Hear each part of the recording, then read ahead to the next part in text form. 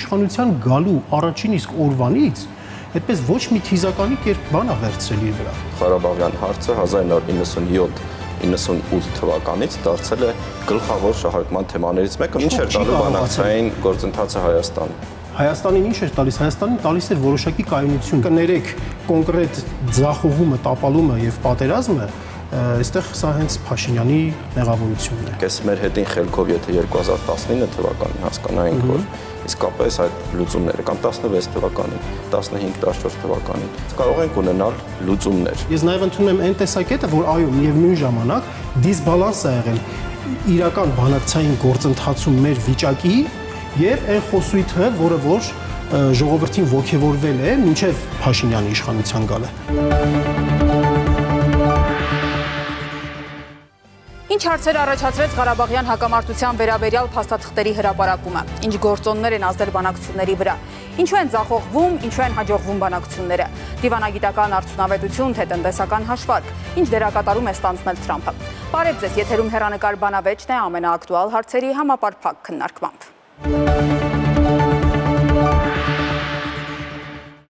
Ղարաբաղյան հակամարտության կարգավորմանը վերաբերող մի շարք փաստաթղթերի հրապարակումից հետո ծայր առան տարբեր քննարկումներ, տրամագծորեն հակառակ եզրահանգումներով։ Այս հակամարտությունը աշխարհի ամենաերկարատև, բայց ոչ միակ հակամարտությունն է։ Դրանք բանակցային բազմաթիվ ջանքեր են պահանջում։ Պաշտոնը ստանձնելուց հետո Միացյալ Նահանգների նախագահը անձնական միջնորդությամբ հանդես եկավ, մի շարք հակամարտությունների վերաբերող փաստաթղթեր ստորագրվեցին։ Ընդհանրապես ինչ գործոններ են ազդում բանակցությունների վրա, ինչու են դրանք ձախողվում կամ հաջողվում։ Այս ու այլ հարցեր քննարկենք Հայաքվե ազգային քաղաքացիական միավորման անդամ միջազգայնագետ Մենուա Սողոմոնյանի եւ անվտանգային քաղաքականության հետազոտական կենտրոնի փորձագետ Սամվել Մելիքսեթյանի հետ։ Շնորհակալություն պարոնայք մեր հրավերը ընդունելու համար։ Մինչ քննարկումը առաջարկում եմ դիտել մի տեսանյութ։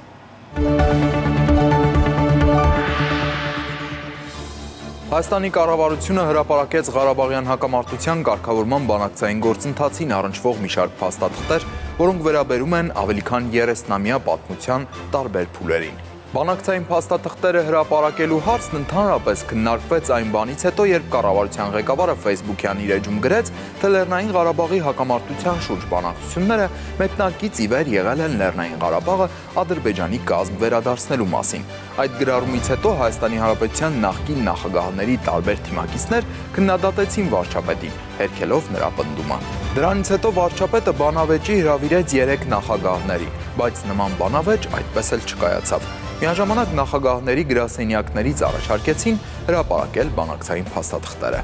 Դրանից հետո 2024 թվականի դեկտեմբերին կառավարությունը հանձնարարեց արտգործնախարարությանը գույքագրել բանակցային թղթերը։ Ինչ վերաբերում է դրանց հրապարակմանը, ապա դա կարող է տեղի ունենալ Հայաստանի Հանրապետության անվտանգության տեսանկյունից դրանք գնահատելուց հետո։ Փաստաթղթերը հրապարակային դարձան 1 տարի անց 2025 թվականի դեկտեմբերի 2-ին, երբ դե յուրե դադարել էր ԵԱՀԿ Մինսկի խմբի գործունեությունը։ Ղարաբաղյան առաջին պատերազմի ընթացքում եւ դրանից հետո հակամարտության կարգավորման բանակցությունները երբեք չեն եղել Ղարաբաղի անկախության կամ Հայաստանի Հանրապետության հետ միացման շուրջ։ Բանակցությունների հիմնական առարկան եղել է այն, որ Ղարաբաղի շրջակա բոլոր 7 շրջանները փաթեթային կամ փուլային տարբերակով պետք է վերադարձվեին Ադրբեջանին, իսկ բուն Ղարաբաղի կարգավիճակը պետք է բանակցվեր միմիայն Ադրբեջանի տարածքային ամբողջականության եւ ինքնիշխանության ներքո։ Միջազգային հանրության այս ընկալումը հստակ արձանագրված է 1996 թվականի ԵԱՀԿ Լիսաբոնի գագաթնաժողովի նախագահողի հայտարարության հետևյալ հատվածում։ Լեռնային Ղարաբաղի իրավական կարգավիճակ արտացոլված ինքնորոշման վրա հիմնված համաձայնագրում, որը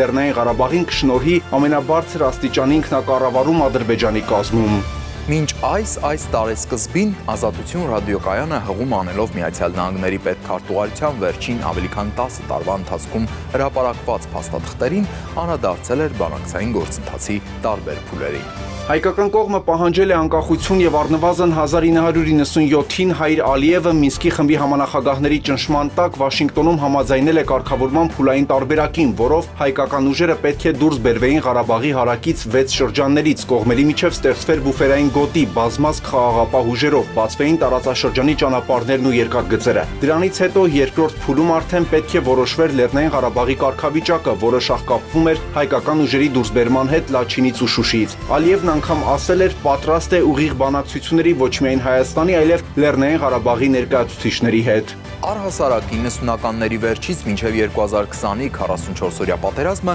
բանակցային սեղանին դրվել է կարգավորման 7 հիմնական տարբերակ, որոնք ընդունված է անվանել փաթեթային, փուլային, ընդհանուր պետություն, Քի-Ուեստյան, Մադրիդյան սկզբունքներ, Կազանյան պլան եւ Լավրովի պլան։ Անկախ այս ամենից բանակցություններում քննարկման առարկա են դարձել նաև տարբեր գաղափարներ։ Փաստաթղթերի հրապարակումից հետո մեկ այլ քննարկման առարկա դարձավ այն, որ դրանցում չկա որևէ փաստաթուղթ Քի-Ուեստի մասին։ Այդ քննարկումներին անդրադարձավ վարչապետը կառավարություն խորհրդարան հարցուպատասխանի ժամանակ։ Միջին վիճակագրական Հայաստանի Հանրապետության քաղաքացին այդ փաթեթը ծայրից ծայր կարդա, իր համար ոչ մի հարց չի ծագի։ Հիմա Քի-Ուեստի փաթեթը ինչի չի հրապարակվել, որտեղ չկա Հայաստանի կառավարության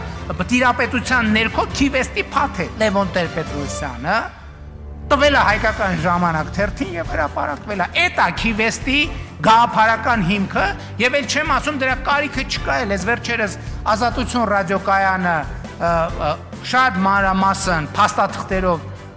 ռեպորտաժ արեց եւ դրանով ամեն ինչ ասված է։ Այս փաստաթղթերը ընդգրկում են բանակցային գործընթացի տարբեր փուլերը։ Այդ ընթացքում տարբեր աղբյուրների համաձայն եղել է ժամանակ, որ թվացել է, թե կողմերի դիրքորոշումներն առավել մոտ են, սակայն արդյունք այդպես էլ չի գրանցվել։ 44-օրյա պատերազմը փոխեց իրավիճակը։ Դրանից հետո սկսվեց խաղաղության պայմանագրի մշակման գործընթաց։ 5 տարի անց այս տարվա օգոստոսի 8-ին Վաշինգտոնում Հայաստանի վարչապետ Նիկոլ Փաշինյանը, Ադրբեջանի նախագահ Իլհամ Ալիևը եւ Միացյալ Նահանգների նախագահ Դոնալդ Թրամփը ստորագրեցին համատեղ հռչակագիր։ Նախաստորագրվեց խաղաղության պայմանագիրը։ Տարբեր առիթներով Հայաստանը հայտարարել է, որ պատրաստ է այսօր էլ ստորագրել խաղաղության պայմանագիրը, սակայն ադրբեջանական կողմը նաև այլ նախապայմաններ է առաջ քաշում։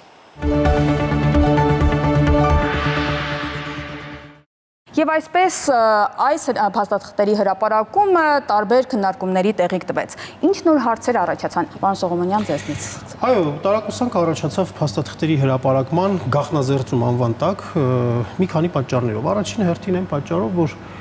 փաստաթղթերի հետ ես շատ եմ առնչվել, անկեղծ ասած, համալսարանում աշխատելիս էլ, էլի, ես ասում եմ փաստաթուղթ, օրինակ հասկանում եմ բլանկի վրա, կնիքով, ստորագրությամբ։ Մինչդեռ այս հրապարակված, այսպես կոչված գաղտնազերծված անվան տակ այդ փաստաթղթեր կային, որ օրինակ ասենք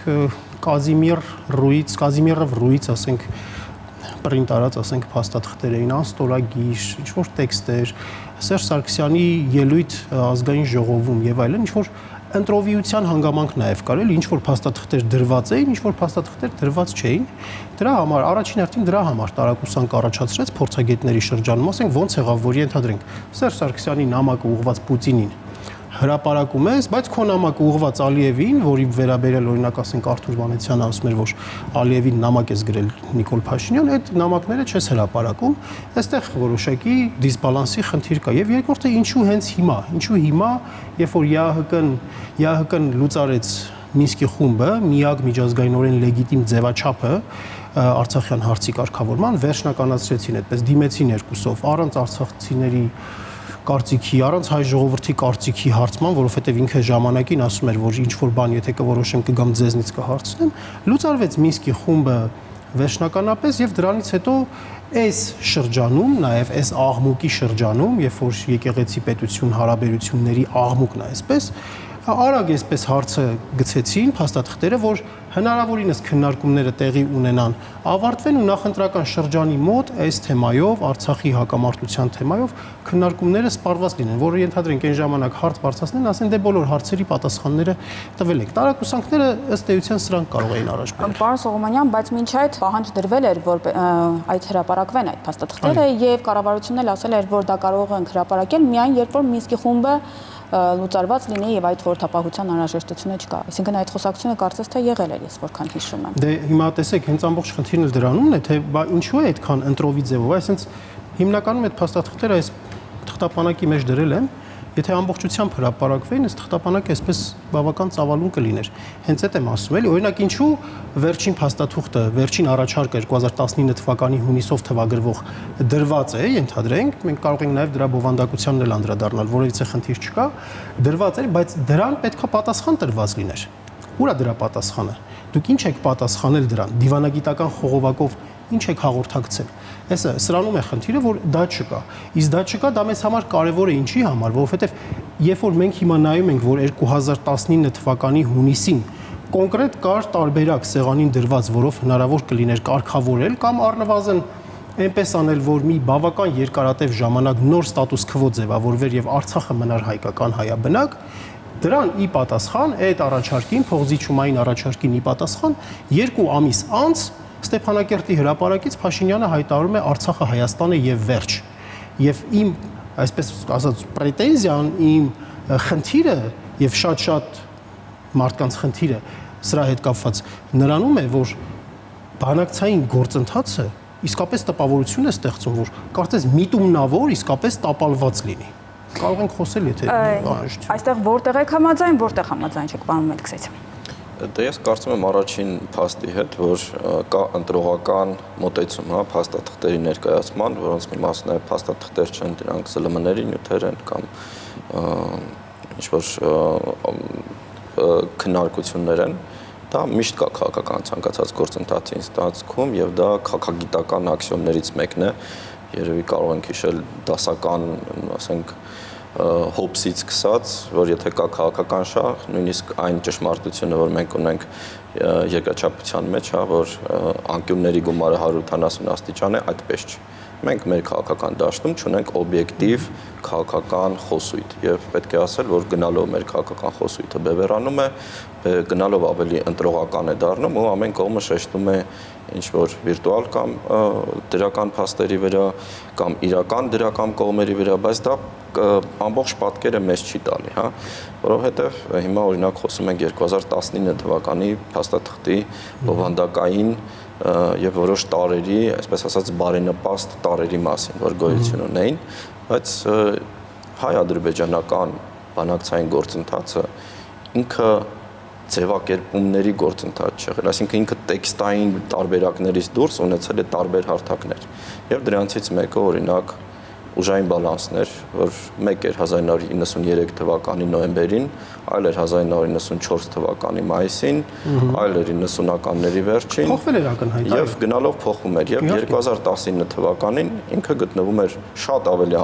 անբարենպաստ կետում, քան ցանկացած նախկին փուլում։ Այսինքն բոլոր այն հարցերը եւ բոլոր այն տրամաբանությունը, որով մենք փորձում ենք այս փաստաթղթերը վերլուծել, պետք է վերաբերվեն 90-ականներին, 2000-ականների սկզբին եւ 2019 թվականին, բայց մենք այդ մոտեցումը չունենք եւ այս մոտեցումը չունեցել նաեւ հայաստանյան քաղաքական խոսույթը ցավոք սրտի, որովհետեւ հիմա post factum մենք շատ բոլորս դրամաբանական ենք եւ պարզվում է, որ կան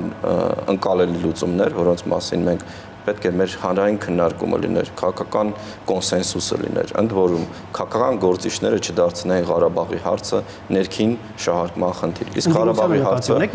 ինչ ընդդիմությանը նկատի ունեք։ Եվ ընդդիմությունը եւ իշխանությունները Հայաստանում Ղարաբաղյան հարցը 1997-98 թվականից դարձել է գլխավոր շահարկման թեմաներից մեկը, մինչ այդ Ղարաբաղյան շարժումը նաեւ այն շահարկման թեման էր, որով նաեւ Լևոն Տեր-Պետրոսյանը եկավ իշխանության եւ իշխանություններից հանեց նախկին կոմունիստական նոմենկլատուրան եւ շատ կարեւոր է, որ եթե այս պայմանները չեն եղել, մենք չենք ունեցել այդ պահանջները, մենք մեր հանրությանը չենք ներկայացել այդ պահանջները, պարտությունից հետո եւ որ սրա մասին սկսում ենք խոսել, սա նույնպես այդ պատկերի շատ կարեւոր աղավաղում է։ Այ մենք էս մեր հետին խելքով եթե 2019 թվականին հասկանայինք, որ իսկապես այդ լուծումները կամ 16 թվականին, 15-14 թվականին այդպեսին են, ես կարծում եմ իրոք մենք կարող ենք ունենալ, իհարկե դա այն լուծումը չէր լինելու, որ մենք ակնկալում ենք,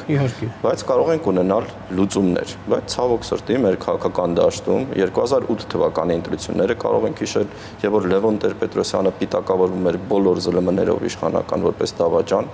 եւ երբ որ գալիս էր 2017 թվականին ինքը այդ նույն օրակարգով, հա, նույն այդ փաթեթային, այսպես ասած, փուլային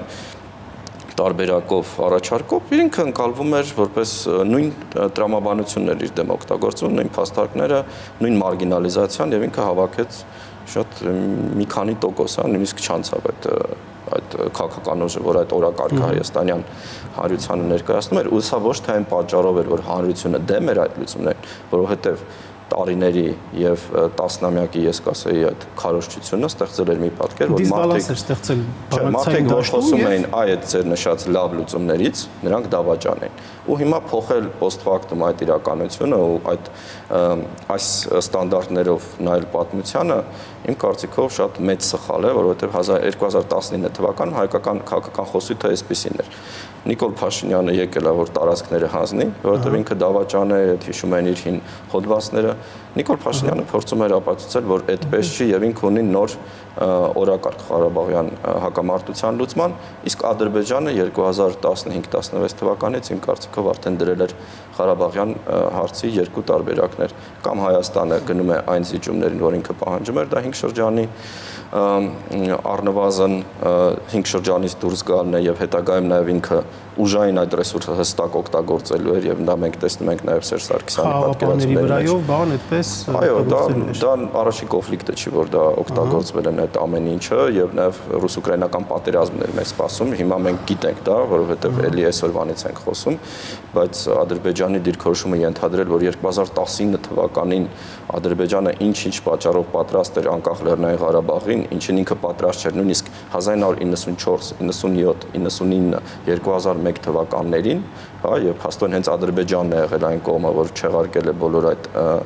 տարբերակները, առաջարկները եւ լուծումները, սա նշանակում է, որ մենք էլի խափում ենք մեր հանրությունը եւ հասարակությունը։ Հիմա լսենք Պարսողյանն, որը համոզիչ չէ։ Եզրակացությունը բան չարեցի,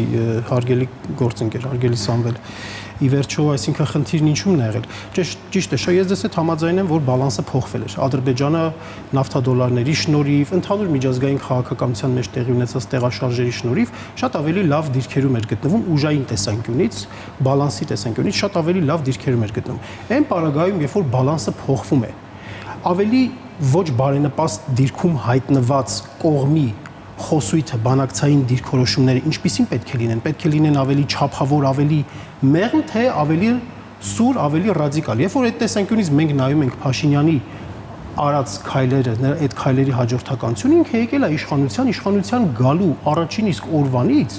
այդպես ոչ մի թիզականի կերպ բան է վերցրել իր վրա։ Իմանալով հանդերձ, համ ինքը ասում է, որ 2018 թվականի ապրիլի 17-ի ազգային ժողովի քննարկումների ժամանակ Սերժ Սարգսյանը ասում է, որ բանակցությունները շատ այսպես դժվար վիճակի մեջ են մտել, եւ այդքանը իմանալով հանդերձ մայիսի 2-ին հրապարակից հայտարարում ասում է կեցցե այն Արցախը, որ վաղ թե ուշ լինելու է Հայաստանի Հանրապետության կազմում։ 2018 թվականի մայիսի 8-ին գալիս է իր վարչապետության այդ տեխնացության նիստի քննարկման ժամանակ, ասում է ես չեմ կարող բանակցել Արցախի ժողովրդի անունից, ես մենակ Հայաստանի ժողովրդի անունից եմ բանակցելու, բանակցային ֆորմատ պետք է փոխվի, հրապարակային մարտահրավեր է նետում ինչպես Ադրբեջանին, այստեղ փաստացի, այնպես էլ Մինսկի խմբին, Ռուսաստան, Ֆրանսիա, Ամերիկայի Միացյալ Նահանգներ։ Էլ չեմ ասում հետագայում, որ ամբողջ 30 հանդիպում ա ունեցել, մոտավորապես 30 հանդիպում ա ունեցել Իլհամ Ալիևի հետ, բայց կոնկրետ Արցախի հարցով բանակցային ֆորմատի ընդամենը մի հանդիպում ա ունեցել 2019 թվականի մարտի 29-ի հանդիպման մասին է խոսքը Վիեննայում տեղի ունեցած, որից հետո գալիս է եւ երկրապահ կամավորականների միության համագումարում, ասում է հələ մենք պետքա բան անենք, քննարկենք, հասկանանք, մեզ ձեռ է տալի մադրիդյան սկզբունքները, թե ձեռ չի տալիս, հələ պետք է Ադրբեջանը ասի ինչ է հասկանում մադրիդյան սկզբունքներ։ Ես համաձայն եմ, որ գուցե շահարկվել է այդ հարցը եւ պետք չէր, այո, սա արցախյան հարցը այն հարցն էր, որը պետք է միահամուռ ամբողջ համահայկական դիրքորոշում լիներ այստեղ։ Ես ձեզ հետ այդ առումով համաձայն եմ, բայց միևնույն ժամանակ եկեք ընդդիմությանը չմեղադրենք, էլի, որ իշխանությունը ակնհայտ այն ինչ որ ինքը պետք է աներ չի արել, դրանում ընդդիմությունը չի մեղավոր, դրանում իշխանությունն է մեղավոր, մանավանդ որ ինքը ուներ լեգիտիմություն բավականաց։ Ես նաև ընդունում եմ այն տեսակետը, որ այո, միևնույն ժամանակ դիսբալանս է եղել իրական բանակցային գործընթացում մեր վիճակի եւ այն խոսույթը, որը որ ժողովրդին ողջևորվել է մինչև Փաշինյանի իշխանության գալը։ Այդ երկու հանգամանքի մեջ էլ է դիսբալանս եղել։ Ես դա ընդունում եմ եւ դրան եմ ես քննադատապար մոտենում, բայց կներեք կոնկրետ ձախողումը, տապալումը եւ պատերազմը այստեղ սա հենց Փաշինյանի մեղավորությունն է։ Պարոն Մելիքսեթյան, Առաջինը, ինչ իշխանություններ լիներ Հայաստանում, եթե մենք ենթադրում ենք պատերազմում Հայաստանը արդեն պարտված է։ Հասկացա, այսինքն պատերազմը այսպես թե այնպես լինելու կներեք էլի, որ չեմ ընդհատում, պարզապես Չէ, ես ասում եմ, եթե դուք ենթադրում եք, որ կար երկու լուծում, խնդրի, դրանցից մեկը պատերազմն էր, դուք կապում եք դա Նիկոլ Փաշինյանի անձի հետ, դա այդպես չի։ Բանակցային գործընթացի տապալման հետ։ Բանակցային գործընթացի տապալման հետ եւ մենք կարող ենք դա հիշել, բանակցային գործընթացը տապալվել էր 2011 թվականին, եւ որ Ադրբեջանը մերժեց Կազանյան փաթեթը, եւ 2012 թվականից դուք նայեք Հայաստանի Հանրապետության սահմաններ եւ Լեռնային Ղարաբաղում ինչ նոր միտումներ կան, որ նախկինում չկային։ Ականանետերի օգտագործում 2014-15 թվականին հրետանին ականանետերը կրակում են ամբողջ հայ-ադրբեջանական սահմանով Տավուշում, որոնց գյուղերը փաստացի էվակուացվում են։ Ես հիշում եմ, եւ որ ես Լոռու մարզի հյուսիսից եմ, եւ որ Տավուշի մարզի հարակից շրջաններից մարդիկ իրենց երեխաներին եւ կանանց տեղափոխում են։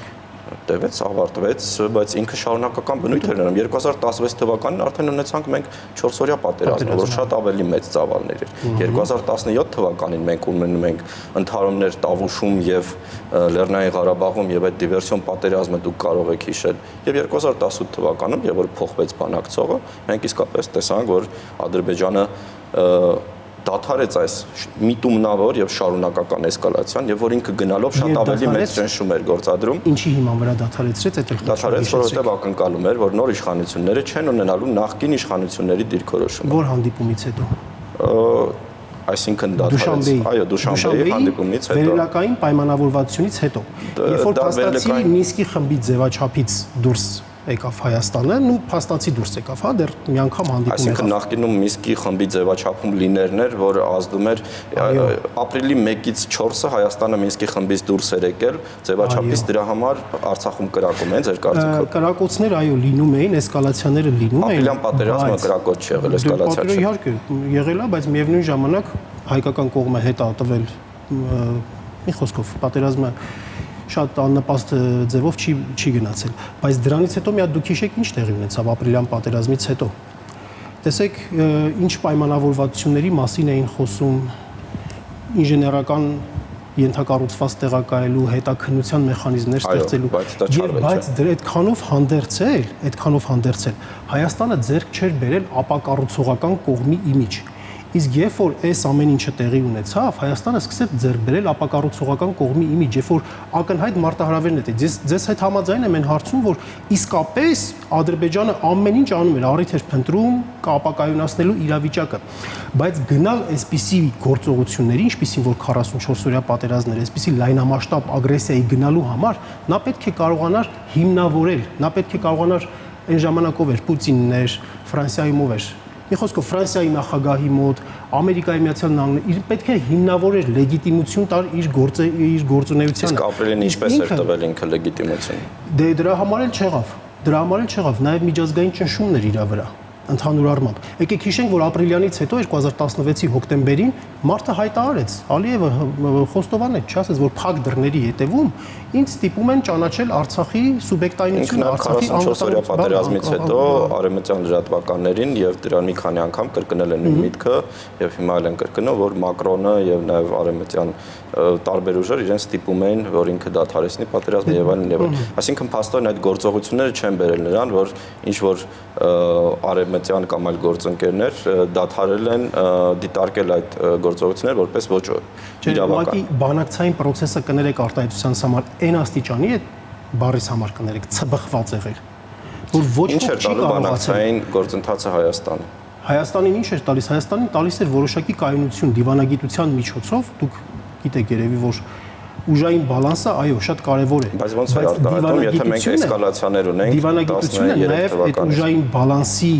բացասական էֆեկտները ինչ որ ձևով կառավարելու, հակակշռելու հնարավորություն է։ Այսինքն Ադրբեջանը մեկը գնում էր ավելի մեծ ծավալների էսկալացիաների,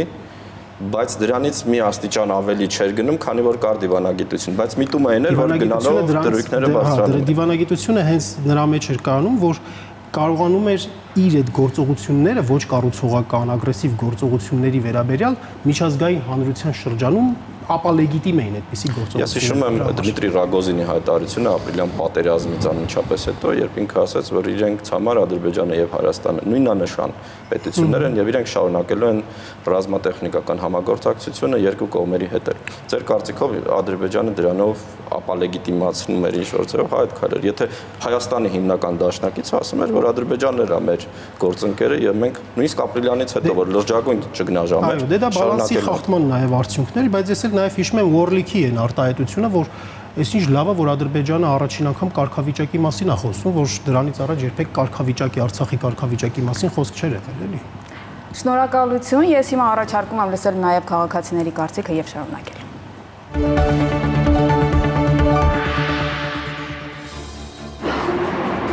Խաղաղությունը տենց հենց ինք Իրանը արհեստական ձևով չես կարա ստեղծես։ Ինչ քաղաքականություն ուզում ես բարի, անհնար բան է։ Պետք է իրարներեն։ Հա, եթե իրարներեն, պատերազմը արդեն չի լինի, խաղաղություն կլինի։ Դե ներելու երևի չի ասի, որ շատ կարելի է անել, բայց պետք է երևի նստեն բանակցական սեղանին ու որոշեն թե ինչ կարելի է անել, որովհետև այս մատաղ սերունդը շատ է դժվում իրանց շատ սխալ արարքների համար։ Շատ դժվար հարց է։ Այնքան ատելություն կա այս պահին այս երկու ազգի մեջ, որ ես չեմ կարող անգամ ասել ինչա պետք։ Հանդուրժողականություն երևի, բայց դեպքեր կան, որ ձև չունես հանդուրժող լինելու։ Մեր համար այդ դեպքն է, մեր ժողովրդի համար։ Լեզու գտնեն իրանց հետ։ Կարանան կանեն առաջվա դիրքին ինչ որ եղել է։ Նստեն բանակցությունների իրար վստահելով։ Դե հենա երկխոսում են, բայց դե հավասար դիրքերից չեն հիմա երկխոսում։ Խաղաղության համար սեր է հարկավոր միայն, սեր իրար հանդեպ, սեր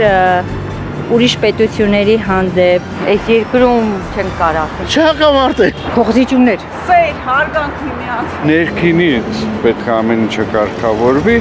հետո նոր փորձենք արտաքինի աշխարհի հետ։ Մենք այն վաղ ազատ գնում գալիս էինք, ոչ մի խնդիր չունեինք։ Այդ ժամանակ գա այն ժամանակը, որ իրան գանցտե, մենք գնանք անդե, ոնց որ առաջ էր։ Հակամարտող կողմերը պետք է նախ կարողանան լիարժեք իրավիճակը գնահատել, ոչ թե միայն իրանց շահերը ձենելով, այդ դիմացինի շահն էլ հաշվի առնել։ Դժվար կլինի հիմա ինչ որ ասել, այ դե եկեք հիմա խաղաղ ապրենք։ Խաղաղությունը միշտ ցանկալի է։ Իմ որդին մասնակցել է պատերազմին, շատ դժվար օրեր են ապրել։ Մեր ընկերները որդիներ են կորցրել։ Այդ տենց հեշտ չի անցնում, չգիտեմ։ Ցավ կա մեր սրտերում, այդ ցավը հնարավոր չի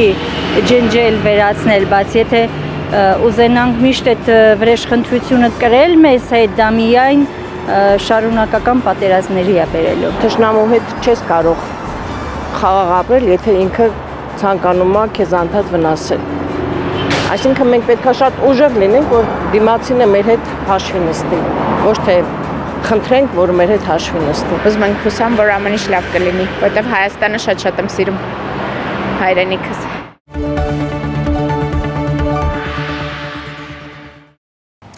Շարունակելով քննարկումը, տարբեր ժամանակներում նշվել է, որ ահա այդ պահի բանակցային գործընթացի տրամաբանությունը արտահայտել է միջազգային կոնսենսուսը։ Այս մտքին որքանով եք համաձայն։ Պարոն Մելիքսեթյան, այս անգամ ձեզնից սկսենք։ Ես կարծում եմ միջազգային կոնսենսուս արտահայտությունը ինքը մի ժամանակներից է, որտեղ 1945 թվականից հետո եւ որ ձևավորվեց ժամանակակից, իսկ ասեի ոչ թե ժամանակակից, որովհետեւ ինքը արդեն փլվել է, հա, հատկապես այս ռուս-ուկրաինական պատերազմից եւ դրանից առաջ Ղրիմի անեքսիայից եւ այլն ընթացքում այն համակարգը, որ կային ինստիտուտներ, դրանցից մեկը ՄԱԿ-ն էր, հա, կար պատկերացում ընդհանուր միջազգային իրավունքի սկզբունքների անխախտելիության մասին եւ տարբեր տարածաշրջաններում մենք տեսանք տարբեր կիրառություններ։ Օրինակ 90-ականից եւ որ սկսեց նախկին Հարասլավիայի այդ կոնֆլիկտները, միանգամից ստեղծվեցին միջազգային ինստիտուտներ, այդ թվում խաղաղապահական, որոնք ունեին ՄԱԿ-ի սանկցիաները եւ մանդատը եւ տեսանք նույնիսկ այդ պայմաններում օրինակ հաճախակի իրենք ունենում էին խնդիրներ, հարձակումներ էին լինում այդ ուժերի վրա,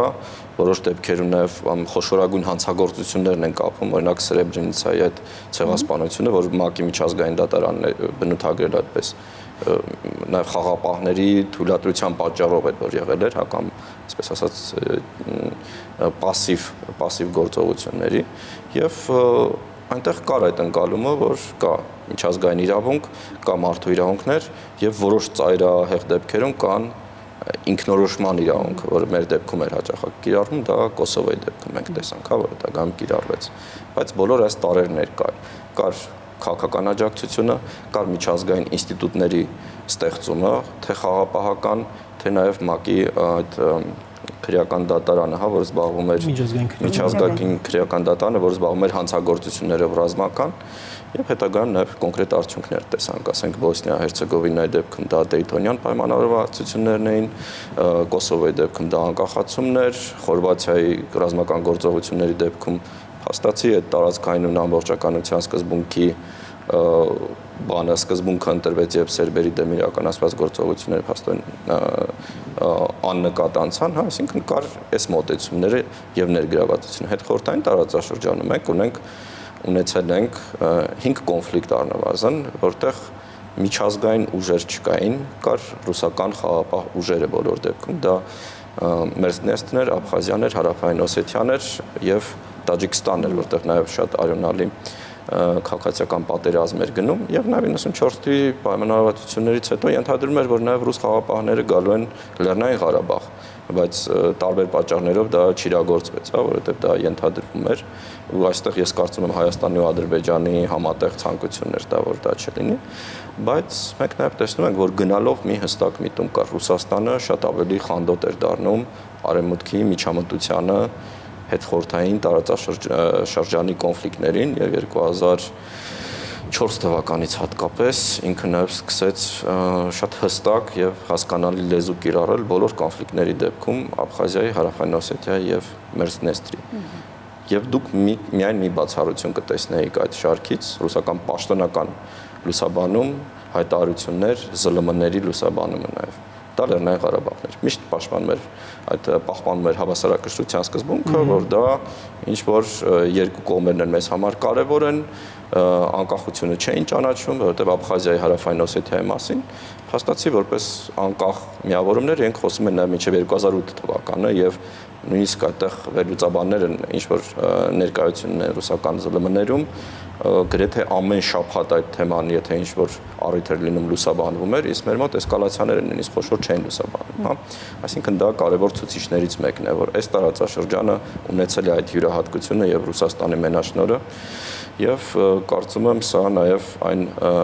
կարևոր պատճառներից մեկն է, երբ որ մենք փաստաթղթերում հաճախակի կարդում ենք օրինակ 2000 բոլոր գրեթե, հա, այդ մադրիդյան սկզբունքների հիման վրա, որտեղ պետք է տեղակայվեն միջազգային խաղապահ ուժեր։ Այնտեղ ձևակերպում այնպեսին է, որ երկու կողմերը կարող են որոշել դրանց կազմը, բայց ելնելով քաղաքական իրականությունից այդ խորհրդային տարածաշրջանը պետք է հասկանալ, որ սա ենթադրում էր նույն, ասենք, ռուսական գերիշխանություն, հա, այդ ձևաչափի ներսում եւ իհարկե դա post factum ներկայացվելու էր որպես կողմերի որոշում, որպես այդպեսին։ Տեսանք նաեւ պարոն Սողոմոնյանի նույն միջազգային կոնսենսուսի մասով։ Այո, կոնսենսուսի հետ կապված ընդհանրապես այն ինչ որ իմ գործընկերը նշեց հակամարտությունները եվրոպական տարածաշրջանում, որտեղ հարաբերականորեն ասում եմ, կոնկրետ եվրոպական տարածաշրջանում միաբևեռ վիճակներ էր, դրա համար հարցերը այդպես միանշանակ լուծումներ ստանում էին ինչ որ մեկի օգտին, ինչ որ մեկի ի վնաս։ Արցախի պարագան, այո, տարբեր էր այն պատճառով, որովհետև այստեղ որոշակի մրցակցություն կար եւ այդ աշխարհակաղակական մրցակցության մեջ կամաց-կամաց մենք տեսնում էինք, որ Թուրքիայի կշիռը ավելի ու ավելի բարձրանում էր։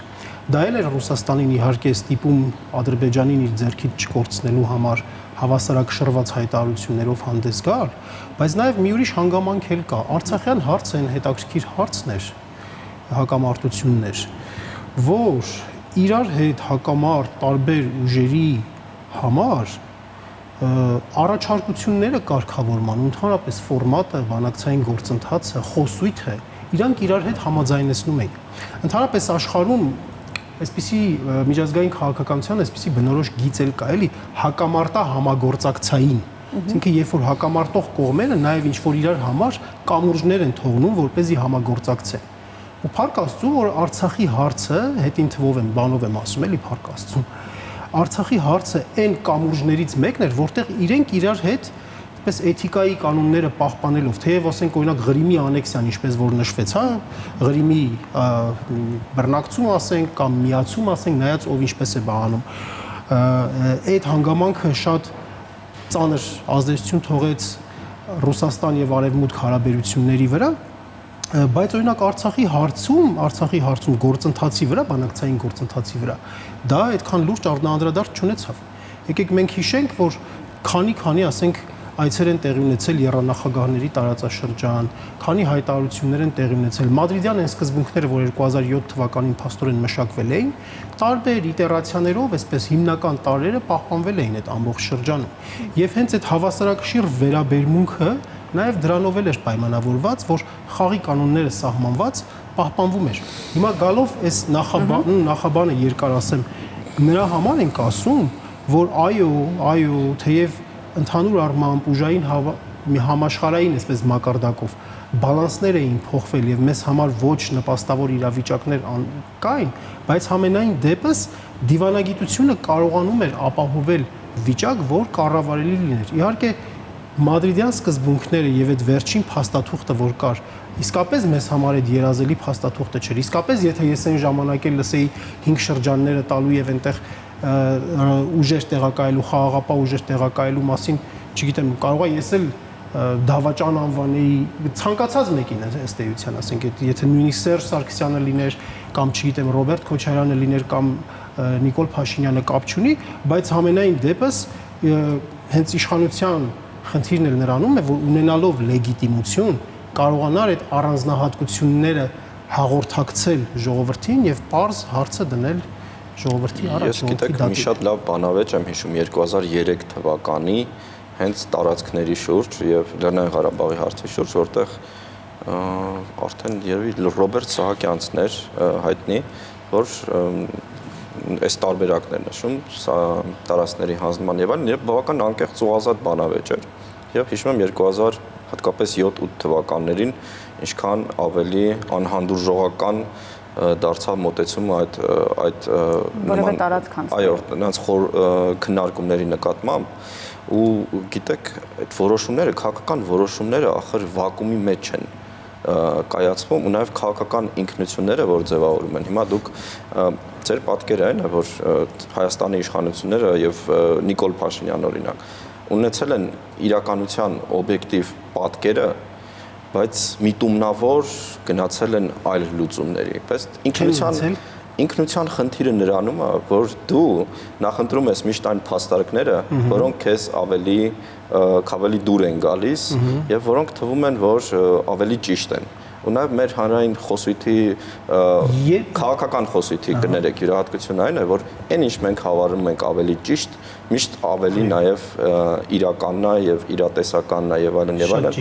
Եվ ես իհարկե պետք է նշեմ, որ Հայաստանի նախկին իշխանությունները, Սերժ Սարգսյանը հատկապես եւ Ռոբերտ Քոչարյանը շատ ավելի պրագմատիկ մոտեցում ունենալով Արցախյան հարցի շուրջ հասարակության մեջ տարբեր պատճառներով, այդ թվում քաղաքական լեգիտիմության պատճառներով, որովհետև սա շահարկման ամենագլխավոր թեմաներն էր, որով նրանք գնում են ընտրություն եւ ցակարարցած հակառակորդիով խոսում էր այս ձեր նշած ռացիոնալ վիճակների մասին, ասում եմ, չէ, ռացիոնալ նաեւ լուծումների մասին պիտակավորում են որպես դավաճան։ Սա Ղարաբաղյան հարցն էր, այդ կապիտալը, որոնք իրենք վերանտրվում էին նաեւ որպես քաղաքական գործիչներ։ Եվ նաեւ այս ծուղակից հիմա մենք հետադարձ հայացքով որ նայում ենք, մենք ինչ որ այլընտրանքային մոտեցումների մասին ենք խոսում, որը այդպես չեն եղել։ Նաև դիվանագիտությունը դուք նշում եք, որ Մինսկի խմբում կար այդ տարօրինակ համերաշխությունը Արցախյան հարցի շուրջ, հայտարարությունների շուրջ, բայց ինչ տվեց այդ տարօրինակ համերաշխությունը մեզ։ Ոչ մի բան։ Նայեք, Հարասլավիայի դեպքում շատ արագ 92, 95, 99, 2001 թվականներին արդեն կայացան բոլոր այն որոշումները, որոնք այդ տարածաշրջանի ապագան դա միաբևեռ համակարգ էր Եվրոպայում։ Այսինքն իրավիճակները տարբեր էին, էլի դրա համար եմ ասում։ Չէ, Ռուսաստանը դեմ էր։ Դուք հիշում եք Ռուսաստանը ինչպես էր նաև, որ Պրիմակովը շրջեց իր Ռուսաստանը դեմ էր, բայց այդտեղ ինքը բաներ չուներ, ձեռքերը այդտեղ չէր հասնում։ Ռուսաստանը ուժեր ուներ, Սերբիայում բավականին ազդեցիկ էր, նույնիսկ Պրիմակովի այդ Ատլանտյան օվկիանոսի վրա, որ շրջադարձ ինքնաթիռը, որ համաձայն չէին Հարասլավիայի հետ կապված։ Ռուսաստանի ներքին բանում այդ խոսույթի մեջ եւ նրանց միջգերատեսչական ոնց որ ասած հարաբերություններում դրա վերաբերյալ միանշանակ վիճակ չէր։ Արտաքին գործերի նախարարությունը ավելի շատ կոմպրոմիսային վիճակի էր։ Դուք նշում եք դա որպես պոզիտիվ ֆակտ, բայց դա նշում է, որ կողմերը չեն ուզեցել տարբեր պատճառներով այս հարցի շուրջ ավելի դիրքորոշված ինչ որ մոտեցումներ ունենալ, որովհետև լռելային ենթադրվում էր, որ այստեղ այնուամենայնիվ Ռուսաստանի ինչ-որ գերիշխանության գոտ է եւ դա արևմուտքը պահպանում էր մինչեւ 2022 թվականը, որովհետեւ 21 թվականին դուք հիշում եք քաղաքական տեքստերը, որ արտասանվում են ռուս խաղաղապահ ուժերի նկատմամբ Լեռնային Ղարաբաղում, դրական էին բոլորը ուրախացել են, որ վերջապես ինչ-որ մեկը եկել է այս հարցը, այս գլխացավանքը փորձում է լուծել, որտեղ ոչ մեկը այդ ընկալումները, սկզբունքները ներկայացնելով, որոնք մենք ասում ենք դրական են, լավն են եւ այլն, չէր ուզում հողի վրա գալ, ներգրավվել եւ այդ հարցին լուծում տալ։ Եվ սա է մեր յուրահատկությունը, հասկանում եք։ Սա հայկական հարցի երկրորդ բանն է դառնում, որ Բերլինի կոնգրեսում այդ ձևակերպումը կա, Սան Ստեֆանոյում ավելի հիանալի էր, բայց երկուսն էլ թղթի վրա կան։ Հարցի ժամանակ մենք պետություն չունենք, այն ժամանակ բայց այդ ուժերի դիրքավորումը նույնն է։ Որտեղ մենք պետականության ինստիտուցիոնալ հիշողություններ չունենք, հարգելի պերիֆերիայում ենք գտնվում։ Ես ձեր ասացի հետ կապված համաձայն եմ, որ ինքնությունը այո ազդեցություն ունենում է, հենց այդ դուք կարծում եմ քաջածանոթ եք կոնստրուկտիվիզմի տեսության շրջանակներում հանդես բերվող դատողություն է դա, որ այո ինքնությունը մարդու բնականաբար ազդում է քաղաքական վարքագծի վրա, բայց պետքա մի բան էլ հասկանանք, որ քաղաքական պատասխանատվությունը փոխում է այս պարագայում իրավիճակը։ Մի բան է, երբ որ դու որպես ընդդիմություն ես հանդիսանում, մի բան է, երբ որ դու ուղղակի որպես փորձագետ ես հանդիսանում, քո ուզելիքները անգլերեն ասում են wishful thinking, ցանկալին ընդունել իրականության տեղ, այդ մտածողությունը այո ազդում է վարքագծի վրա, բայց երբ որ դու դառնում ես պետական պաշտոնյա, դա նշանակում է, որ դու ինստիտուցիոնալ հիշողությանը տեր կանգնելու հնարավորություն ես ունենում։ Իսկ ումից էր այդ մարդը ինստիտուցիոնալ հիշողություն վերցնում։ Նախագահների հետ չէր հանդիպում, արտգործնախարարների հետ նախկին չէր հանդիպում, բրիֆինգը ինքը նախընտրում էր Ալիևից լսել եւ ինքը խոստովանում էր այդ մասին, ասում էր Ալիևի հետ բանակցությունների պատմությունն են բանում։ Բայց ինքը ներողություն եմ, էլի խնդրում Սամվել ջան։ Ինքը երկար ժամանակ, բավական երկար ժամանակ ունեցավ ու իրեն Ադրբեջանն էլ այդ ժամանակը, այսպես ասած, տվեց դրանով ձեռք բերելով կառուցողական կողմի իմիջ, երկար ժամանակ ինքը ուներ այդ ամբողջին լավ տիրապետելու համար, խորքային հասկանալու համար, բայց մի տարի արդեն անցել է այդ ամեն ինչից։ Մի տարի անցել է, այդքան խորհուրդ տվողներ չկային, այդ բարտակին գործերի նախարարությունը ոչ մեկ իրեն կամ այդ հանդիպումների ժամանակ իրեն չէին կարողանում ասել ու ինքը իր ցանկություններով այդպես լրագրողական պորտկումներով էր կանգնում ասում Արցախը Հայաստան է եւ վերջ ու դրանով ասենք ավելի ապակայունացնում։ Ես կարծում եմ դուք շատ կարևոր բան եք մոռանում, որ այդ ինստիտուցիոնալ հիշողությունը, որ մենք ունեինք, ստեղծել էր հայաստանյան քաղաքական դաշտում ամենալրջագույն ճգնաժամը 2016 թվականի հենց ապրիլից հետո։ Եվ որը ավարտվեց Ինչի քաղաքական դաշտը նայում։ Իրատեսչական, որովհետև քաղաքական չէ, որովհետև պատերազմ, ապրիլյան պատերազմը դիվանագիտության եւ այդ ինստիտուտների ոչ էֆեկտիվ գործելու դրա համար եմ ասում, ինքը լեգիտիմություն ուներ, մեկ էլ այս փաստաթուղթը ուներ կոնկրետ դրված, որը որ ինչ որ ձևով խաղաղություն էր երաշխավորում, անվտանգություն էր երաշխավորում ու դրա տակ ասենք դրված էր նաև լինում ՄԱԿ-ի անվտանգության խորհրդի Ինչպես 16 թվականին, ինչպես այլ թվականներին, ասենք, ինչ տարբերություն ձեր կարծիքով, նույն ինչու եթե մեր ինստիտուտները ունեն այդպես հիանալի հիշողություն եւ կարողություններ, 2016 թվականին ամենակրիտիկական պահին հասցնելով լուծումներ չկայացրեցին։ Ես նորից ասեմ, պատճառը նրանում է, որ եթե որևէ կողմը ապակառուցողական է դառնում եւ դուրս է գալիս բանակցային ֆորմատից, այն մյուսին տալիս է լեգիտիմություն ռազմական գործողությունների դիմելու համար։ Այն ինչ որ Փաշինյանն արեց, դրա մեջ է խնդիրը։ Ունեցել ենք արդեն։ Մենք ռազմական գործողություն ունեցել ենք, բայց այդ լեզուն, այդ ոգին ու այդ ձևաչափը պահպանելու եւ դիվանագիտություն աշխատանքների շուրջ ինչքան ենք մենք կարելու հետաձգել։ Այսինքն ձեր մոտեցումը այն է, որ կառուցողական մոտեցումով կարելի է անվերջ հետաձգել կոնկրետ որոշումների կայացումը։ Հետաձգի դրա համար 3 խոշոր պետությունների ղեկավարների խավորությամբ, այսպես ասենք, այս փաստաթուղթը դրվեց սեղանին եւ պետք էր ինչպես նախկինում, բայց այստեղ շատ ավելի կոնկրետ առաջարկություններ արված էր եւ կարծեմ վերջի կոնկրետ առաջարկները խնդրում եմ։ Ես իհարկե չեմ ուզում կարդամ, բայց հիմա մի կոնկրետ հատված եմ էլի, որ այստեղից կան։ Մենք շատ կարճ ժամանակ ունենք, մի կարդացեք, խնդրեմ, քանի որ առաջարկը եղել է եւ գնանք։ Այստեղ այսպես մի հատ ձևակերպում կա, որ ասում է, որ այս հռչակագիրը հիմնված է փաթեթային պայմանավորվածությունների վրա։ Այսինքն զորքերի դուրս բերումը 5 շրջաններից, խաղաղապահների տեղակայումը, այսինքն եւ անվտանգության երաշխիքը եւ տարածքների ազատումը եւ այնտեղ ադրբեջանցի քաղաքացիական ոչ ռազմական կոնտինգենտի ներգրավում ինքը միաժամանակյա տեղի ունեցող բան էր ու սրա տակ հեղինակավոր մարդկանց ստորագրություններ էր դրված կներեք այդ մարդիկ ասենք իրենց հեղինակությունը ոտքի տակ չէին տանում բայց ամբողջ խնդիրը սա է որ սրան պատասխան չեղավ մենք չտեսանք որ սրան պատասխան եղավ եթե ինքը ասեր սա օքեյ է ինձ համար ես սրան համաձայն եմ մենք ես հիմա ձեզ հետ լրիվ համաձայն կլինեի բայց մենք սրա հետ կապված որևիցե պատասխան չլսեցինք ինքը ասում էր հələ մի հատ պետքա քննարկենք տեսնենք մեզ հարմար է այդ բանի մադրիդյան սկզբունքները թե հարմար չի Շնորհակալություն հիմա ունենք արդեն այլ իրավիճակ նախաստորագրված է խաղաղության պայմանագիրը տնտեսական նախագծերի մասին կա պայմանավորվածություն ձեր կարծիքով որքանով են իրատեսական այս լուծումները այն բոլոր սկզբունքները եւ այն բոլոր մոտենությունները եւ ռացիոնալության կոչերը որ մենք նախկինում հնչեցրել ենք իրենք շատ ավելի տասնապատիկ անգամ ավելի կարեւոր են հենց հիմա որովհետեւ 2019 թվականի այս փաստաթղթի նկատմամբ մենք հիմա տեսնում ենք շատ դրամաբանական եւ համաձայնելի մոտեցում, որ փաստորեն սա լուծում էր, որ կարելի էր 5 շրջանից դուրս գալ վերջնական ստատուսի հետ երաշխիքներ չունենալով, հա, եւ այն ինչ բողոքում էր Սերժ Սարգսյանը Դե խաղապահները 2016 թվականին էլ կար Սերժ Սարգսյանի մոտեցումը։ Մենք շատ ժամանակ չունենք, պետք է գնանք դեպի լուծումներ եք այն։ Հա, նայեք։ Հենց հիմա պետք է շատ ավելի ռացիոնալ լինել, որովհետև այդ բոլոր գործոնները, ուժերի եւ այլն եւ համաշխարհային նաեւ մենք տեսնում ենք քաղաքական զարգացումները թույլ են տալիս եզրակացնել, որ եթե մենք փորձենք այլ ճանապարհով շատ ավելի վատ արդյունքներ է լինելու, ես կարծում եմ իսկապես հիմա հնարավորությունը, ինչու հնարավորություն կա, որովհետև Հայաստանի համար էլ ստատուս կվոն փոխելը խնդրահարույց է լինելու շատ, այսինքն մենք չենք կարող վերադառնալ Արցախյան օրակարգին եւ Ադրբեջանը արդեն ավելի ուժեղացնելով ինչ որ Հայաստանի տարածքների հետ կապված իր օրակարգը շատ ավելի մեծ ռիսկերի տակ է մտնում, հետեւաբար երկուսս էլ ոսկե ինչ որ միջին են գտել։ Պարոն Սողոմոնյան։ Ընդհանրապես, եթե խոսում ենք հարցի կարգավորման առհասարակ մասին, ինչ որ չափով այդ հարցի կարգավորման վերաբերյալ արդարության զգացողություն պետքա լինի հասարակությունների մոտ։ Այս պարագայում չկա այդ արդարության զգացողությունը։ Եթե իհարկե այն մարդիկ, ովքեր որ Արցախը բեռ են համարում, եթե այդ մարդկանց մասին չի խոսքը։ Տնտեսությունը կարևոր հանգամանք է։ Բայց եւ Ադրբեջանի պարագայում եւ Թուրքիայի պարագայում այստեղ տնտեսությունը իրենց մոտ քաղաքականացված է շատ, այսինքն իրենք տնտեսական հանգամանքները գործադրում են քաղաքական նկատառումներ ապահովելու համար։ Ամենօրյա մակարդակով ու ամենաբարձր պաշտոնական մակարդակով Թուրքիայում Զանգեզուրի միջանցք նշվում է որպես թուրքական աշխարհի միավորման հանգամանք։ Այստեղ տնտեսական որևէ ծանրակշիռ կոմպոնենտ չենք տեսնում։ Եթե տնտեսական լիներ, պետքա տնտեսականը նշանակեր փոխշահավետություն։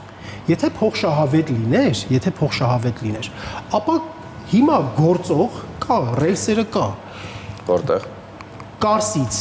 Գյումրի, Գյումրիից Երասխ, Երասխից Նախիջևանով գալիս է մտնում է Մեղրի, դուրս է գալիս Հորադիզով, գնում է հասնում է մինչև Բաքու։ Բայց Մեղրիում չկա ռելսեր։ Ինչը չկա։ Մեղրիում ռելսեր չկան։ Դե կգցեն, մի խոսքով ուզում ասեմ,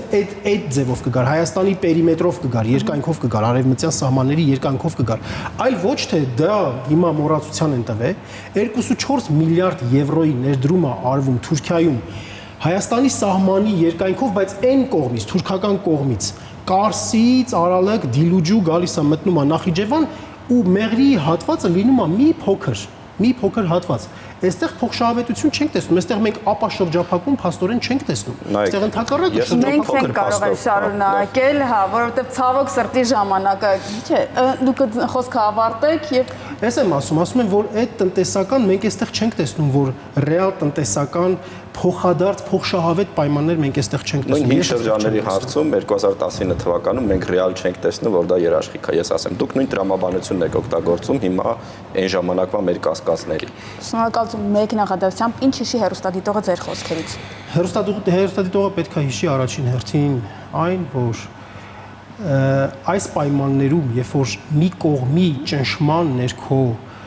ռազմական սպառնալիքի ներքո չի կարող լինել խաղաղություն։ Եվ խաղաղության գնալու ռեալ ճանապարհը անցնում է համապարփակ անվտանգության մոտեցումներ կիրառելու ճանապարհով։ Ինչ հիշի հերոստատիտողը ձեր խոսքերից։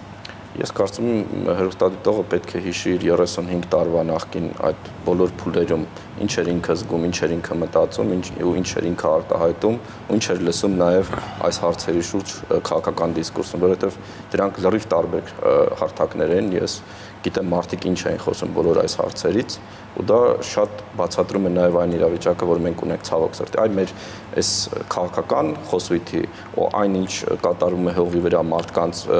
հետ այդ տարբերությունն է, որ նաև